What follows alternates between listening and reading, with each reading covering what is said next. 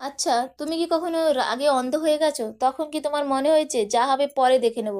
এখন ওকে একটু শিক্ষা দিয়ে দিই। আজ আমি তোমাকে তেমনই এক সাহাবীর গল্প, নাম বলবো না কারণ গল্পটা মূলত তার চরিত্রের, নামের না। সাহাবী ছিলেন খুব সাধারণ মানুষ, কিন্তু সমস্যা ছিল একটা, তিনি ছিলেন ভীষণ রাগী, গরম মেজাজের মানুষ। একদিন তিনি মদিনার পথে হাঁটছিলেন। হঠাৎ এক বেদুইন লোক তার পথ আটকালো। কেন জানি না লোকটির মনে ভারী রাগ। সে সাহাবীকে দেখেই যেন আগুন হয়ে গেল, শুরু করলো গালিগালাজ, অকথ্য ভাষায় গালি দিল, অপমান করলো, যেন সাহাবী তার চিরশত্রু। শুনতে শুনতে সাহাবীর চোখ মুখ লাল হয়ে গেল, হাতের মুঠি শক্ত হয়ে এলো, শরীরে রক্ত গরম হয়ে উঠল, তার ভিতরে আগুন বের হয়ে আসতে চাইলো।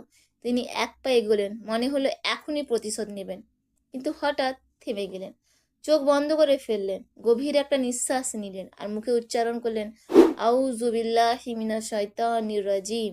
খুব শান্ত গলায়। তারপর চোখ খুলে তাকালেন সেই রাগান্বিত লোকটির দিকে।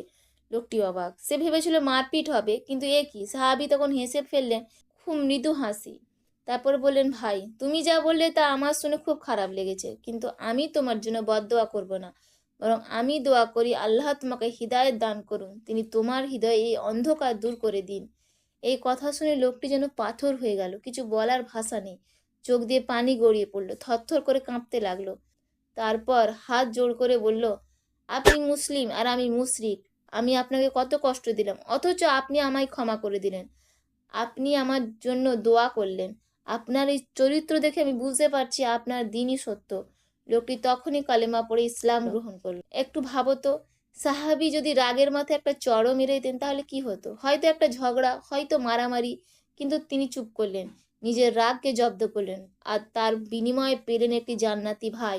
রাসূলুল্লাহ সাল্লাল্লাহু আলাইহি ওয়াসাল্লাম ঠিকই বলেছেন, সেই সত্যিকারের শক্তিশালী নয় যে কুস্তিতে জিতে, শক্তিশালী সেই যে রাগের সময় নিজেকে নিয়ন্ত্রণ করে।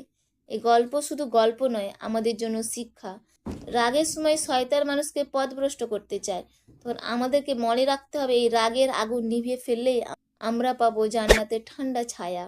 আল্লাহ আমাদের সবাইকে রাগ নিয়ন্ত্রণের তৌফিক দান করুন, আমাদেরকে ধৈর্যশীল ও ক্ষমাশীল বান্দাদের দলে সামিল করুন।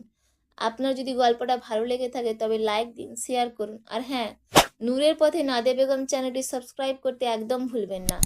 আমার এই চ্যানেলে প্রতিদিন এমনই শক্তিশালী গল্প শুনতে পাবে। আসসালামু আলাইকুম রহমতুল্লাহি ওয়া বারাকাতুহু।